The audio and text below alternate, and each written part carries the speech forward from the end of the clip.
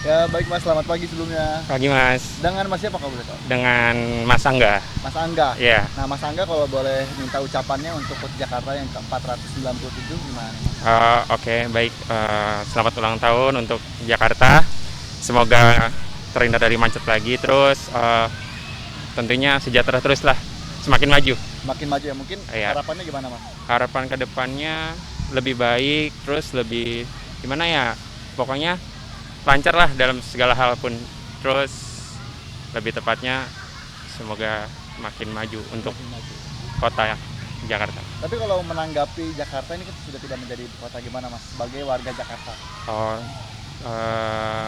menurut saya sih nggak jadi masalah ya itu, karena kan tetap Jakarta tuh sebagai ikon gitu kan dari eh, negaranya sendiri gitu di Indonesia, dan lebih tepatnya semoga nanti nggak jadi ibu kota lagi, tetap stabil kotanya, tetap jadi kota yang terkenal maju gitu. Oke baik Mas, sebelumnya terima kasih dan selamat melanjutkan aktivitas kembali. Selamat pagi.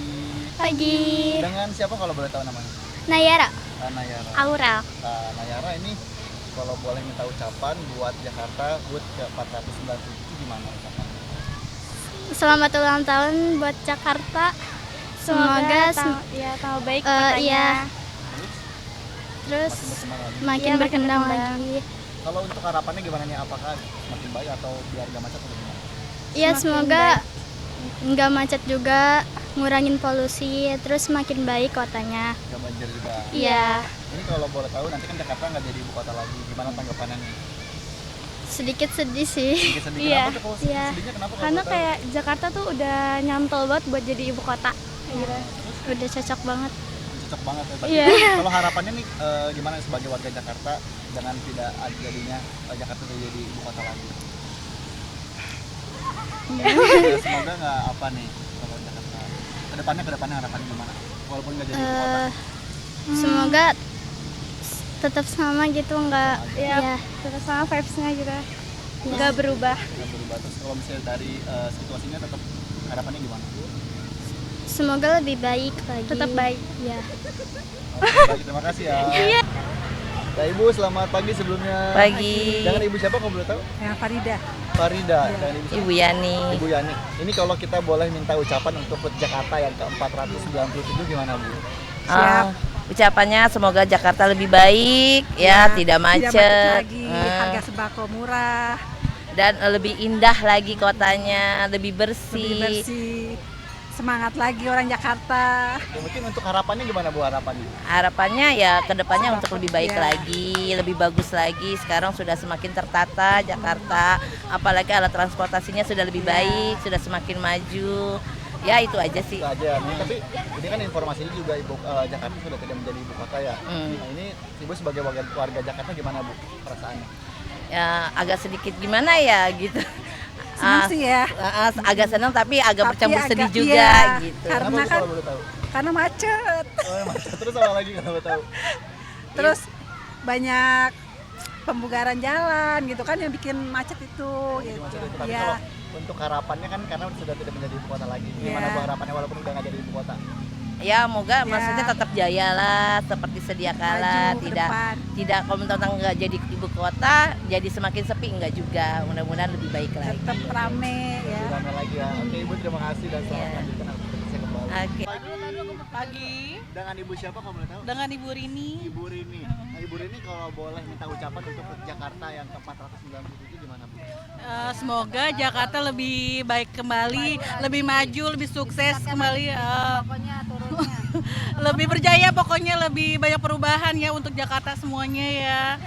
Mudah-mudahan kayak bansos-bansos semuanya Jakarta lebih menyeluruh ya perbantuannya, itu aja. Tapi kalau untuk harapan sendiri gimana Bu? Harapan Jakarta alhamdulillah udah lebih baik lagi. Dari pembangunan semuanya ya lebih bagus lagi, pokoknya ditingkatin kembali deh Pak. Nah ini kalau dengar kan Jakarta sudah tidak menjadi ibu kota, gimana Bu sebagai warga Jakarta? Kalau untuk ibu ya karena kan pindah kan ke IKN Kalimantan ya semoga walaupun dia pindah tetap Jakarta lebih maju juga, walaupun tidak sebagai ibu kota kembali ya. Tapi tetap lebih bagus lagi. Lebih baik lagi, lebih bagus lagi, berjaya kembali. Oke, terima kasih Ya. Ibu. Ya Ibu, sebelumnya selamat sore. Sore. Kita ini boleh berbincang sedikit. Ini kan ada pembahasan terkait Jakarta sudah tidak menjadi ibu kota. Mungkin tanggapannya seperti apa sebagai warga Betawi? Ya, kalau misalnya memang seperti itu kan, daerah khusus Jakarta sudah ada undang-undangnya. Artinya mungkin tahun depan Jakarta sudah tidak lagi menjadi ibu kota. Hal ini memang sudah menjadi perhatian dari teman-teman pegiat kebudayaan di Lembaga Kebudayaan Betawi maupun di Dewan Kesenian Jakarta. Tentu saja dengan tidak jadi ibu kota, Jakarta harus punya warna yang lebih khas. Warna apa yang ingin ditonjolkan sebagai sebuah kota. Nah, kami berharap dalam hal ini kebudayaan Betawi itu menjadi tuan rumah. Dan itu memang sudah ada di dalam Undang-Undang Pemajuan Kebudayaan, disebutkan bahwa warna kebudayaan inti di Jakarta, jadi kita tidak menyebut asli ya, tapi inti itu adalah kebudayaan Betawi dan kebudayaan lainnya yang hidup di kota Jakarta. Artinya sebagai sebuah kota yang sejak ratusan tahun lalu memang coraknya terbuka, heterogen, ciri khas itu pasti ada.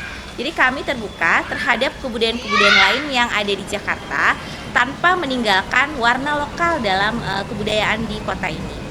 Ya, mungkin ini harapan mungkin kan nanti juga mungkin pasti ada perubahan ya Bu. Betul. Apakah ada perubahan yang signifikan dari perpindahan ibu kota ini gitu? Iya, pasti karena kalau misalnya ibu kota sudah tidak di Jakarta, pendapatan asli daerah kan akan menurun ya. Kalau tidak salah, PAD asli Jakarta itu 80 miliar. Nah, mungkin sekitar 2% itu akan turun setelah tidak lagi di Jakarta ibu kota, akan ke IKN. Tapi ini suatu hal yang masih besar PAD-nya dibandingkan dengan provinsi-provinsi lain di sekitar. Tapi masalah-masalah yang ada di Jakarta itu juga banyak. Paling besar itu macet, kemudian banjir.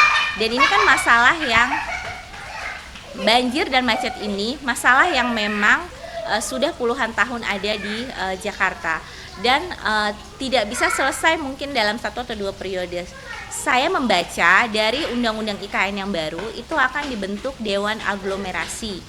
Entah Dewan Aglomerasi ini nanti di bawah Presiden atau Wakil Presiden.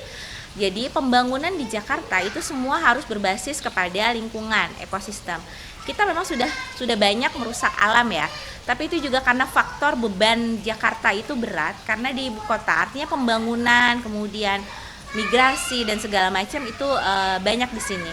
Nah, kalau dia tidak lagi jadi ibu kota, pertama dari segi hilir, artinya daerah-daerah yang tadinya tertutup dengan mungkin bangunan beton, itu ruang terbuka hijau juga akan lebih banyak ya porsinya. Sepertinya belum mencapai 20%. Nah, mungkin nanti bisa lebih dari 20%. Kemudian ada rancangan undang-undang juga yang saya baca itu akan ada dana kelurahan. Dana kelurahan itu mungkin sekitar tidak sampai 5% sih sebenarnya, itu masuk kalau di daerah-daerah lain, di provinsi lain itu adalah dana desa. Nah, tapi dana kelurahan ini juga belum jelas, artinya belum ada perpresnya, belum diketok. Nah, kita harus perjuangkan ya, maksudnya baik orang Betawi maupun warga lain ya. Karena kenapa? Karena memang sumber-sumber pelaku kebudayaan, pembangunan itu sebenarnya kan jatuhnya di kelurahan. Baik dari irigasi, pembangunan jalan, kita mau menggerakkan literasi, sanggar tari, sanggar hadro, marawis, itu semua adanya di kelurahan. Nah, itulah yang harapannya bisa terrealisasi ketika Jakarta tidak lagi menjadi ibu kota. Untuk budaya-budaya apa saja yang perlu ditekankan ini setelah tidak menjadi ibu kota? Budaya-budaya apapun yang hidup di Jakarta itu semuanya pasti mendapat porsi dan perhatian. Akan tetapi Betawi ini menjadi pemersatu, jadi bukan penghalang. Saya itu kemarin ngelihat ada poster lenong Betawi tapi yang main orang Batak. Nah, itu kan artinya sebenarnya budaya Betawi ini punya potensi untuk merangkul lagi kebudayaan-kebudayaan lain yang ada di Jakarta kan. Apalagi kalau kita berkaca pada sejarah dari 5 abad sebelum Masehi ya, kalau kita melihat bagaimana proses pembentukan orang Betawi itu, dia memang merupakan campuran dari berbagai suku yang hidup dan bergaul campur maur gitu ya, bercampur baur, kemudian kawin, dan akhirnya membentuk satu identitas baru yang namanya Betawi. Jadi kalau kita belajar kebudayaan Betawi, misalnya dari tarian, dari makanan, kemudian musik, kita akan melihat adanya pengaruh-pengaruh budaya lain. Jadi Betawi itu dari dulu tidak pernah menghalangi adanya budaya lain ya, justru dia merangkul dan melebur dan akhirnya menjadikan budaya-budaya itu sebagai corak Betawi gitu.